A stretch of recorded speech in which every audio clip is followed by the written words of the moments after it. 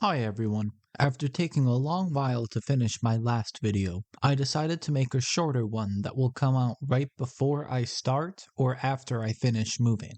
I decided to pick a topic I knew I could isolate reasonably well, and after binging The Sopranos for the first time in March, I decided to write about the real gangsters in The Wire, the Greeks. I mean no disrespect to Avon or Marlo. Narratively, as we watch the show, these two and Prop Joe are Baltimore's kingpins. But if these guys are the kings, the Greeks are the bank. They're a tier above everyone else.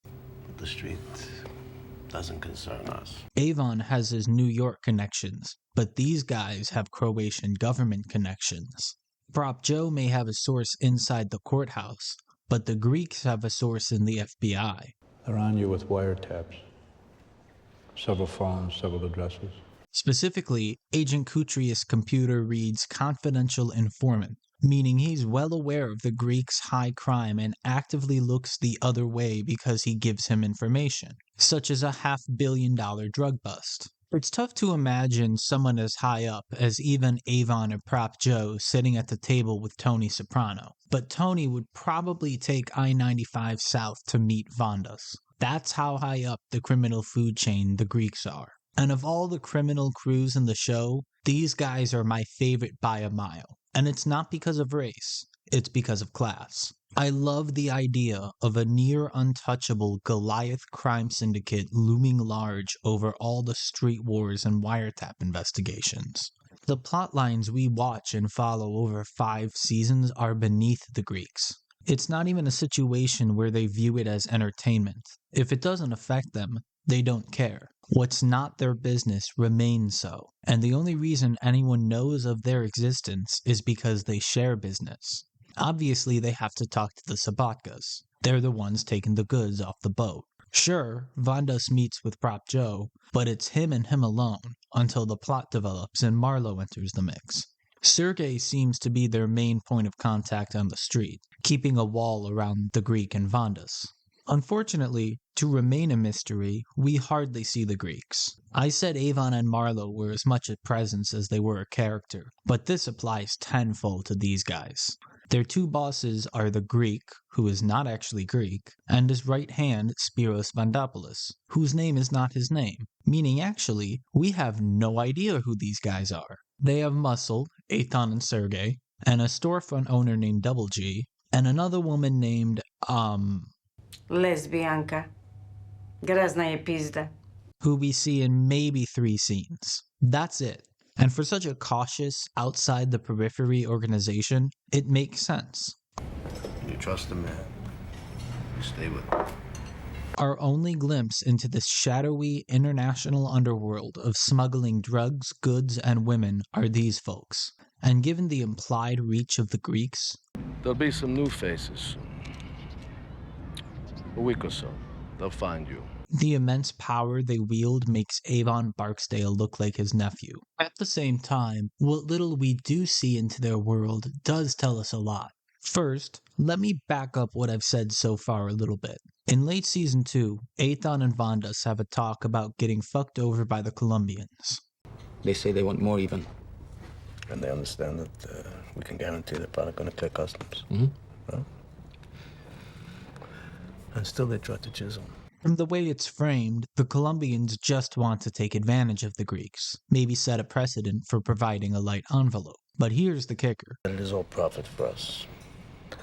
But we will settle for half of what we agreed because 400,000 Talaria is still a lot of money. These are wild numbers, especially in the context of the show. Lester estimates Avon clears $1 million a month in season 1. But the Greeks get 800,000 weekly, meaning a full payday on drugs alone is like 4 times that of Avon. And no disrespect to West Baltimore's one true king, but money talks. The Greeks are of an entirely different criminal class. We also get to see how opportunistic they are. After all, the Greeks were in Baltimore almost a year before they started getting involved in the drug trade. In episode 2, Andy Krawcheck says this to Valchek.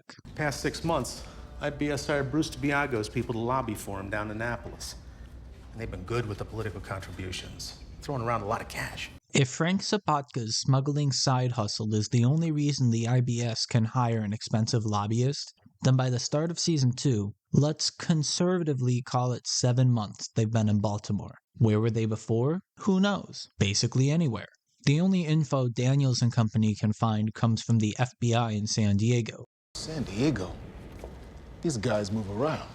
And when the Greek shares this info, we see them laugh. San Diego. San Diego was a long time ago. Just one stop on the laundry list of places they've been all over the country, along the way chalking up at least 48 bodies. That's just headless and handless in the Middle Atlantic region. If you want to go nationwide, you're going to be up over 4 dozen. In a way, the whole no hands, no face maneuver reminds me a lot of Marlo's vacant strategy, a pair of pretty creative tactics for disappearing bodies. But that said, it took them a while to get involved in drugs, which tracks with what we hear throughout the first season. Shit is weak. I know, shit is weak, but, shit is weak all over. They eventually wanted to make the drug trade their business, meaning they likely kept it near to the ground and got in contact with Prop Joe, as he seemed like the most stable business option. Nick brings Vondas the chemicals at basically the halfway mark of the season, and the very next episode, Prop Joe says this to Stringer. You got half the West Side coming over the Fallsway twice a day because East Side dope be kicking the shit out of West Side dope. So once the Greeks get into the drug trade, their shit's the best. Why'd it take so long? Well, to drag intercrime TV show analysis into the mix, The Sopranos makes a pretty compelling case for criminal organizations avoiding drugs. Anyway, $4 a pound. So what else do the Greeks do outside of the drug trade? Well, for one thing, they deal in prostitution, which we learn is a lucrative business. One of these girls on the circuit, going club to club up and down the East Coast, can bring in $500,000 over the next couple of years. And that's just for club work and prostitution. So somebody messed up. In a big way. To translate, somebody fucked up means somebody murdered one of their prostitutes, then suffocated 13 more in a shipping container to leave no witnesses. Of course, the Greeks quickly track down the guy responsible and kill him with no remorse. Yeah. That turbo. It's like a lamb. And this makes sense. You kill 14 prostitutes, you gotta go. But don't think for a second it's on moral grounds. Remember, Business. Always business. they killed him because he lost them, at minimum, $7 million over the next couple years. Now compare this to Frank Sobotka. Frank smuggles for the Greeks, but he's more desperate than dirty, doing the deed without truly knowing what it is. When the bodies are found in the shipping crate, Frank is as horrified as he is furious and confronts Vondas in the diner. As an ex-Teamster, I can tell you union folks see through the bullshit, and Frank knows the Greeks fucked up. He also knows they need him to smuggle, meaning he figures he has enough room to speak his mind. And he does. They fucking died in that can while this stupid son of a bitch sat there with his dick in his hands. Vondas replies with shared yet restrained frustration. We understand you're upset, Frank. You're upset too. He tries to explain himself, and when Frank is dissatisfied, he has another not unmoral outburst. Girls are dying on my docks. This is how it goes. On my docks this happened. Vondas again replies with calm and vague anger. I understand how you feel, but we're upset too. Everybody, we're upset. That's because they come at it from two different angles. Frank is morally outraged at the loss of life, but Vondas is mildly irritated at the loss of profits. To him, the prostitutes were not living people, they were just means to make money. When Frank calms down, we get this exchange. Why the fuck didn't you tell me what was in that motherfucking can? Now you want to know what's in the cans? The Greeks keep tabs on those who they do business with. Go out and spend some of the money on something you can touch. A new car, a new coat. Meaning Vondas knows Frank is an honest man, doing what he must to keep his union afloat. And I'm sure part of him even respects it. He knows Frank doesn't want to know, as his knowledge of what he was smuggling would interfere with business, stripping Frank of his blissful ignorance. It's one thing to take money for smuggling shipping containers. It's another thing to know you're bringing in a heavy supply of weapons or drugs. He knows Frank isn't truly in this. If he was, he would send the Greeks to go and talk with some city and state reps. He doesn't view him as a potential asset the same way he does Nick. Nick's relationship with Vondas is probably the closest we get into the Greeks' recruitment strategy. Vondas shows genuine warmth to Nico, and while I would say it's his manipulation tactics as he views Nick as a potential asset, the Greek says this. You're fond of him, Spiros. You should have had a son. Which leads me to say it's probably a little bit of both, some manipulation and genuine fondness. This caring attitude is probably why Nick kinda sorta drove himself to Vondas. When Ziggy has a disagreement with Cheese, I ain't paid by Friday? You dead by Saturday, man. Nick asks Vondas to help him out, and he says this. You want me, kill him? No. He's testing Nick here, and gives a little nod to Ethan as if to say, I told you he knew his shit, and when Vondas likes his reply, he lets him know. You're smart, huh? Nico, smart. And helping out his friend, Vondas sends Sergey down to talk. Yeah, I saw how you talked. Additionally, compared to his Uncle Frank, Nick Sobotka sought to play a bit more of an active role. It's to him Vondas turns to, going around Frank, to personally bring him the chemicals. Nick wants to know what they are. What do you need them for? And Vondas plays hard to get. It's just business. Everything is just business with us. You buy for a nickel, you sell for a dime. An unsatisfied Nick persists. Who wants a dime's worth of fucking chemicals? Vondas probably expects Nico to look them up, which he does. The next time they meet, the dance plays again, and when Nick says, You use that shit to process drugs, don't you? Cocaine. Vondas seems almost pleased. They meet in the following episode, and he again makes Nick an offer. If you want, I will pay you straight. Or, Ethan can pay in heroin.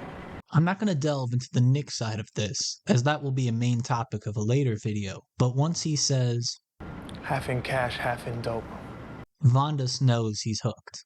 Even when they demote him to getting re-ups from White Mike, Vondas ensures Nick it's procedural. I'm kind of small time, huh? You're not so big, but you're among friends. He thought so highly of Nick that it basically gave Frank Sobotka a fighting chance. After Ziggy goes out and does a homicide, the Greek says this. There will be no more trouble. We must make certain of this. Meaning R.I.P. Frank, and by association, Nick. But Vondas replies, Maybe there's another way. And says to lean on the witness to get Ziggy off scot-free. They try this route, and Vondas meets Nick to make another offer. When Nick shows regret for what he's done, Shouldn't have never gone down the road with you people. Vondas tries to keep him on his side. You tried to make something of yourself. There was no harm in that. He shows Nick a glimpse of his power. That's not your name. Many names, many passports. We could do many things. And they plan to make a deal for Ziggy's freedom. What can you do for Ziggy? Of course, this doesn't play out, and when the Greek drops his famous one-liner, Your way. It won't work. Vondas lets out a sigh that reads, damn, and then they brutally kill Frank off screen. It's at this point the clamps start to come down, but also not really. Sure, they have to physically skip town and leave an entire shipment on the pier. They don't get on to us when they did. This might have been a hell of a case. But their utilitarian mindset wins the day. You're going to leave 15 million Talaria to rot on the pier. Panahiamo. Lambs go to slaughter, a man he learns when to walk away. No, we go. Sergey does get arrested, prosecuted, and imprisoned, and I've heard a lot of people wonder why he wasn't killed. To which I say, why would they kill him? Sergey was fucked no matter what. This is aggravated murder and kidnapping. In this state, it's a death penalty case. But he's a soldier, and he knows the drill. Buy enough time for the bosses to skedaddle, then do what you gotta do to cut a deal. Sergey does the first and likely does the second, as his confession cleared the 14 names. He goes to prison, meaning the Greeks stay in the shadows and they can make further connections in the world of Baltimore crime, which they plan to do business in long term. By the end, the entire detail in Season 2, hundreds of hours of wiretaps, surveillance, arrests, raids, and whatever bullshit McNulty gets up to, would it be wrong to take 2? It's nothing more than a stutter step. A season of police work leads to a week's loss of income, and when Vondas meets with Prop Joe, he very much echoes what we see. There's more where that came from. Always there is more. I think it's only at this point Prop Joe really understands who he's dealing with, hence his reply. Alright then. I'm gonna let your new people find me. He also drops what I can only describe as a gangster joke. Where you say you off to again? And it's only at this point Vondas meets his eyes with a smile before leaving, walking off screen and further into the shadows. But there is one final mystery with the Greeks, one that I think I can answer. Why did they let Marlo ice Prop Joe? Given they play above the street and they like a trusted business partner, why not intervene to stop Marlo, or at the very least warn Prop Joe? Let's break this down. By the time Marlo seeks out the Greeks, he's already on their radar. He met with Vondas back in Season 4 after Omar robbed the re-up for the entire city of Baltimore, and it's here that Vondas defends Joe. I'm only here right now for Joe, who I trust, who I respect, who I worked with for many years. I think it's this scene, along with Prop Joe's friendship with Sergey. Sergey, my nigga. You're losing weight. Shit. That people wonder why the Greeks turned a blind eye to Marlo, to which I say, they didn't. Marlo gets his foot in the door trying to meet Sergey, and has to get Avon's help to fully open it. He then meets with Vondas, offering him a briefcase of cash, but gets turned away because the money is dirty street money. He then returns with clean money, claiming to want insurance in case of another robbery. It's here we get this exchange. I thought you came from the street. I did. I do. Vondas tries to politely distance himself from Marlo, but the Greek likes what he hears. It's at this point we reach the first clip I played. You come from the street. But the street doesn't concern us. Marlo, as usual, sits in silence as Vondas goes on. We know a man here, and we trust him. But to know more people, to learn more names, to have them learn our names. This right here is the key. Keeping themselves isolated and secret takes priority over their relationship with Prop Joe. By intervening in any way, they risk exposure if Marlo tries to retaliate, which he likely would. They know this, and Vondas gets a clearer picture of Marlo's intentions. All I'm asking for is an insurance policy. You know, something covers me, covers you. And covers Joe. It's at this point the Greek stands up, as from his perspective, the entire meeting is recontextualized. Marlo's insurance policy is not in case of a robbery. It's to ensure Vondas is both okay with killing Prop Joe and that he'll be the point of business when the dust settles. Only once everything comes into focus does the Greek involve himself. Marlo realized that this whole time he was talking to Vondas, he was unknowingly talking to the queen on the board without even knowing there was a king. That's what power looks like, and when Marlo sees it, he does a double take. It takes a lot for Marlo to bat an eye. In some ways, Marlo and the Greek are exactly alike. Neither the Greek nor Marlo speak unless necessary, and when they do, they pick their words very carefully. They have some of the best words-to-threat ratio I have ever seen. What's your name? Nick Sobotka. They also share some similar untraceable body methods. At the same time, Marlo comes face to face with the antithesis of his definition of power. Marlo wants everyone to know his name and believes that will give him the power he seeks. Problem is, his actions are that of someone who has a reputation, not someone who's building one. The Greek is an unknown entity with power Marlo could only dream of. I think he understands this, which is why he doesn't say a word. When the Greek says, "It is not unreasonable to carry insurance. Who can say what tomorrow will show us?" Marlo gets the message, and everyone in the room knows the plan is a go. Marlo even leaves the briefcase of cash as his down payment, a show of respect. Once he's gone, we hear the Greek's final lines in the show. If we were to tell him no, he will still come back. This he shows us. This confirms what I said just now. They both knew Marlo wouldn't stop, and if they got in the way, they would get caught up in the crossfire. I have no doubt they could take on Marlo's crew for sport, but doing so would create a lot of unnecessary eyeballs. Vondas says, But he is not Joe. This directly sizes the two up, and correctly. They know if he was Prop Joe, he'd be much more underhanded in his efforts to be their middleman to the street. They know that Prop Joe is a hustler, while Marlo is a gangster who's very clear about his intentions. Vondas may have his reservations, but the Greek is all in, and I think actually respects Marlo, perhaps recognizing his openly uncompromising quest for power, seeing him ready to pounce and thinking, hell yeah, that's some shit I would do. When he says, He is not Joe. And he thinks about Marlo, he gives the expression of a man at work thinking about Olive Garden breadsticks.